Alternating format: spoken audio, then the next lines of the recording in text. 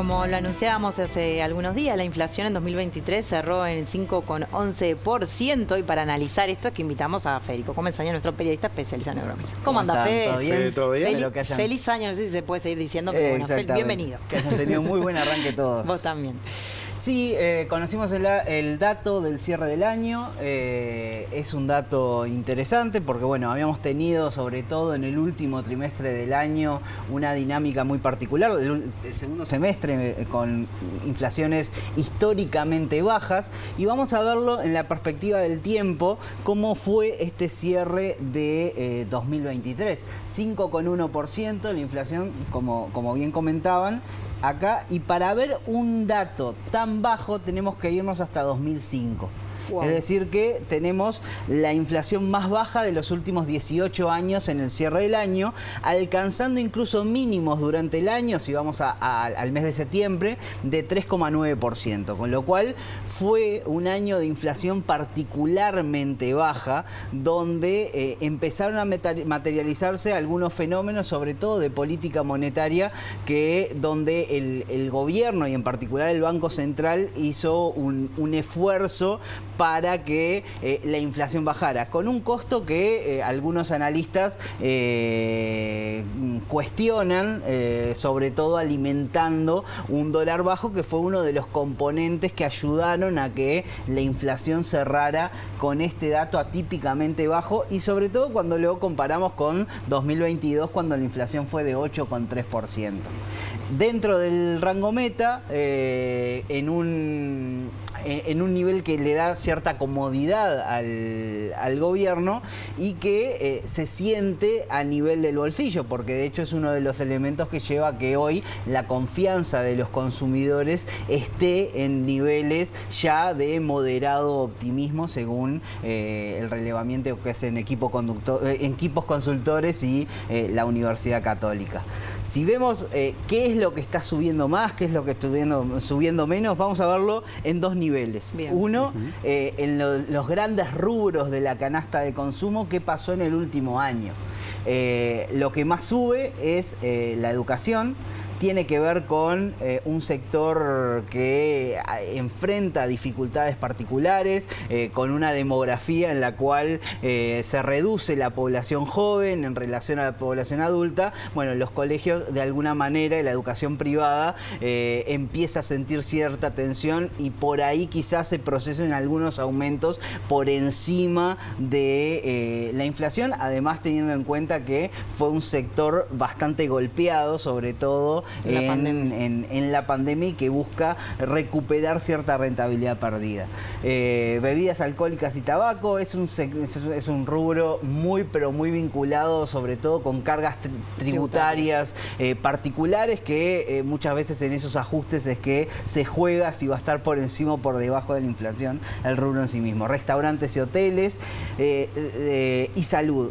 Todos rubros, en particular estos tres: educación, restaurantes, hoteles, salud, muy vinculados con la demanda interna, con un consumo de alguna manera pujante, que hace que los bienes y servicios que no se transan con el exterior, que son lo que se llaman no transables, aumenten por encima del resto.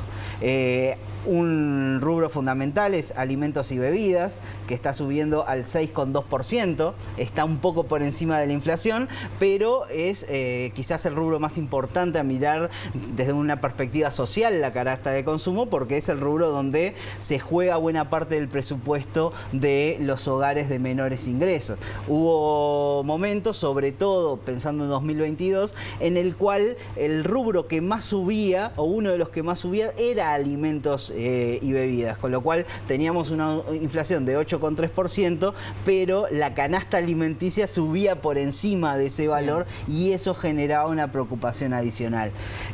Rubros que suben poco: cuidado personal, donde hay una competencia muy grande con Argentina, es decir, si sobre todo los distribuidores no recortaban los márgenes este año, iba a hacerse muy difícil competir con los viajes de turismo de compras turísticas a Buenos Aires. Bueno, el sector comunicaciones, que en general baja poco, recreación y deporte, artículos del hogar muy vinculado con el tipo de cambio. Un dólar que bajó un 2% a lo largo del año hace que todo lo que es electrodomésticos y demás baje de precio. Transporte, que bajó poco por una dinámica de los combustibles, un dólar planchado más precios de los combustibles relativamente favorables, hizo que este rubro no tuviera una incidencia. Y después otro que sí llama la atención es vestimenta, que es un rubro que no solo no sube de precios, sino que baja un 5% a lo largo del año, también quizás muy influido por la competencia que se genera con las compras en los viajes.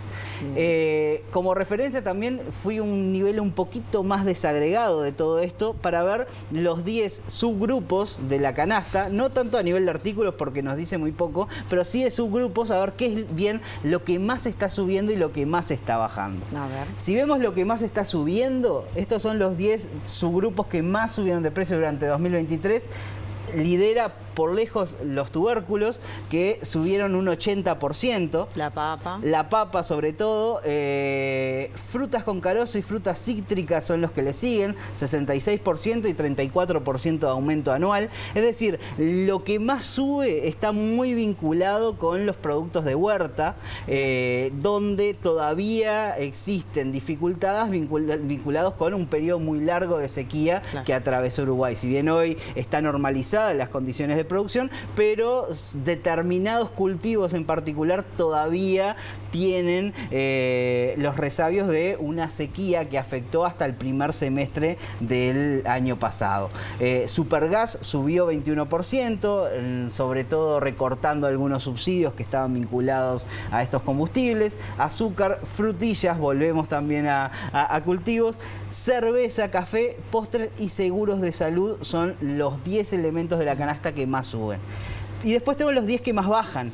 Que están vinculados, bueno, con frutas tropicales, calzado infantil, de nuevo vinculado con vestimenta, equipos de audio y video, vinculado con tipo de cambio, importaciones más baratas, aceites preparados de pescado, lavarropas, celulares, diésel, menudencias de hechura de vaca y lo que más bajó fue el gas natural por red, seguramente vinculado con las particularidades que tiene este tipo de combustible que además solamente afecta a determinadas zonas que tienen las condiciones para ofrecer este servicio. Ahora, Fede, a mí me genera una duda. Vos hablaste de ese 5,11% de la inflación, los niveles más bajos en los últimos 18 años, pero uno va al súper y la plata cada vez rinde menos. Lo puede notar cualquiera de el que va al almacén en su hogar, o por lo menos esa percepción existe en el boca a boca. ¿Cómo se traduce esa baja de la inflación con unos precios que, si bien hay algunos que bajaron, como tú hacías mención, pero una plata que pareciera rendir menos? Bueno, en realidad cuando uno analiza lo que es el poder de compra, porque en realidad para tener esa percepción no solo hace falta ver qué pasa con los precios, que como veíamos, la enorme mayoría de las cosas suben, y en un promedio que pondera todo en lo cual gasta una familia, que no solo tiene que ver con las compras que hacemos en el día a día, sino también con gastos fijos, como es un alquiler o como pueden ser otros servicios, incluso servicios de ocio y esparcimiento. Pero para analizar eso también es necesario ver qué pasa con los salarios. Y es cierto, hay salarios en los cuales, en el grueso de los salarios en 2023, aumentaron por encima de la inflación.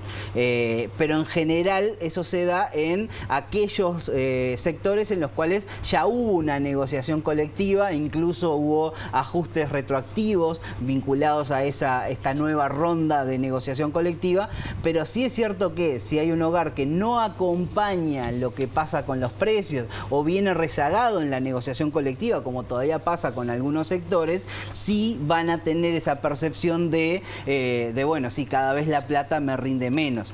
Lo importante es que cuando vemos en el promedio promedio de los salarios, hoy en día ya hay una recuperación. Va a cerrar el año el poder de compra 3% mayor al año pasado. Es cierto también que estamos a niveles muy parecidos a los de 2019, con lo cual hay una pérdida de poder de compra de los últimos años que en algunos casos se ha podido recuperar, en otros no. Estamos hablando de promedios, con lo cual si estamos muy cerca en los valores promedios, quiere decir que hay mucha gente que lo pudo superar, pero mucha gente también que no, y por eso hay realidades muy distintas en la economía uruguaya. Bueno, Fe, Muy bien, muchísimas muchas gracias, gracias. Fe. Por favor, que pasen.